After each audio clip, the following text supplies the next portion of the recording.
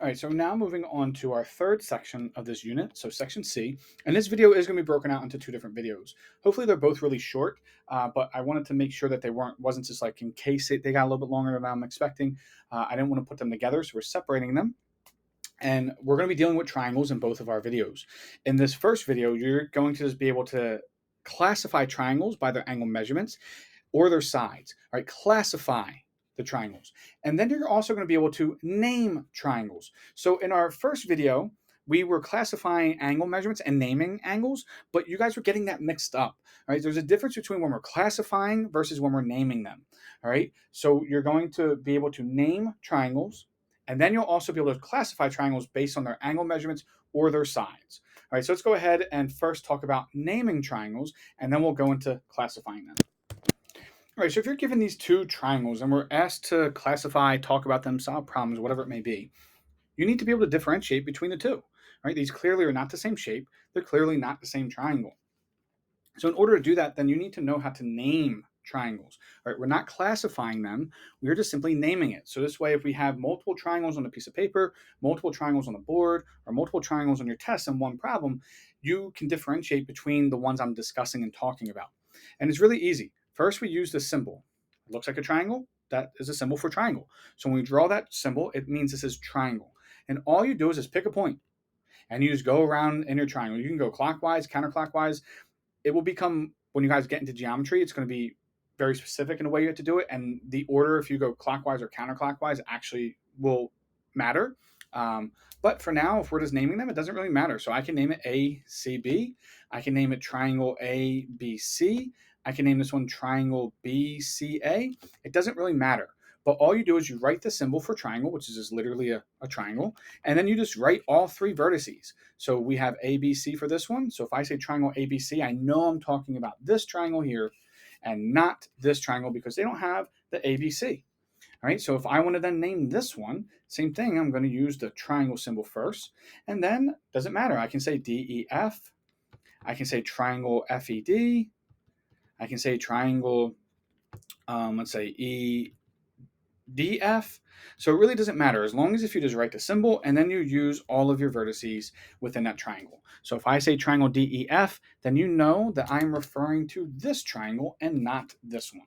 All right, and remember, this is naming our triangle. So if I ask you to name a triangle, it's not saying it's acute or right or anything like that. It is simply just naming it so that way we can identify which one we're talking about. So we're naming this.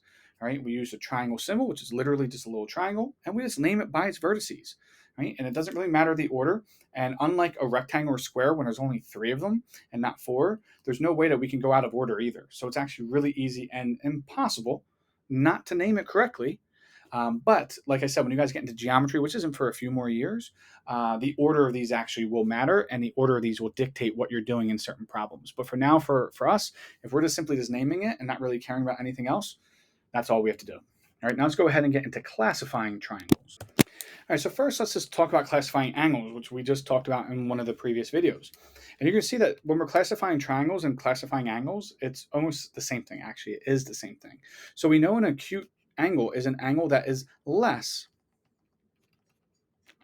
than 90 degrees. All right, so if I say this is 35 degrees, or if I tell you, all right, before in one of the videos I said that we never go by the way that it's drawn because we don't know that they're drawn accurately. If I tell you all images are drawn accurately, even if I don't give you this 35 degrees, we know that this is less than 90 because if it's 90, it would have to go straight up.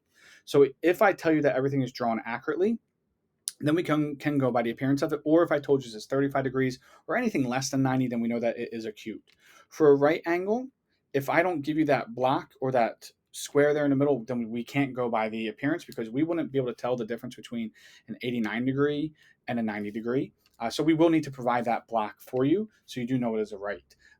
So either that or we would say 90 degrees. And remember, a right angle is exactly 90 degrees. So there's only one chance for you to be a right angle. If it's not 90 degrees, it's not right. And then for obtuse, once again, if I tell you that these are drawn accurately, since that's clearly more than that 90 degrees, because that 90 degrees would be approximately right there, since that's clearly more than 90, we can go ahead and say it's obtuse, or I'd give you the degree measurement and 135. But remember, it is greater than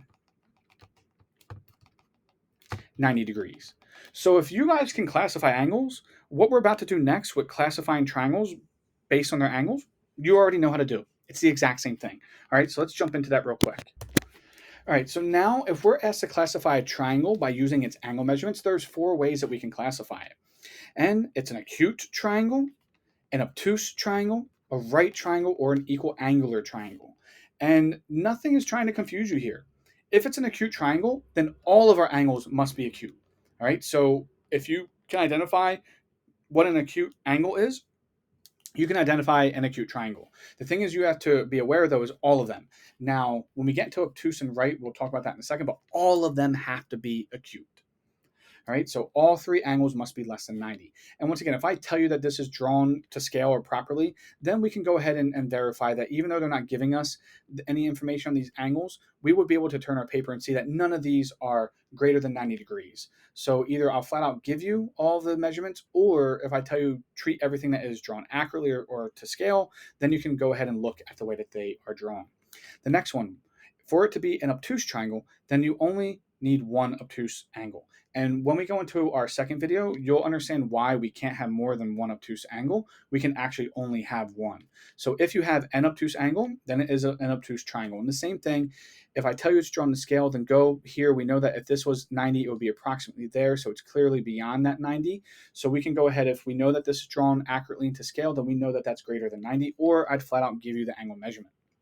For a right triangle, we simply have one right angle. And the same thing, when we get into our next video, you'll understand why it's not possible to have a triangle with 2 right angles.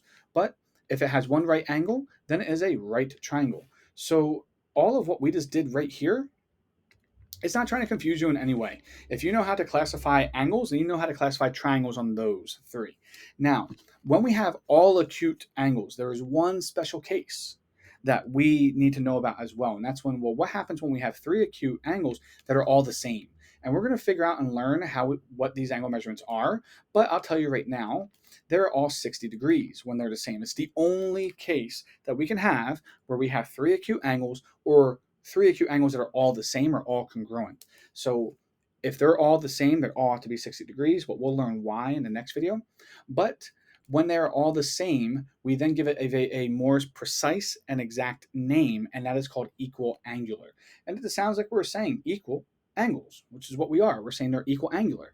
So this is really the only new thing when trying to classify triangles by angles. These other 3, we already know based on the previous videos. It's just now, instead of it saying an acute angle, we now need to look at all of the angles, and we'd say, okay, it's an acute triangle, or it's an obtuse triangle, or right triangle. All right, so that's how we classify them using angles. And then you notice this is classifying them. We're not naming it.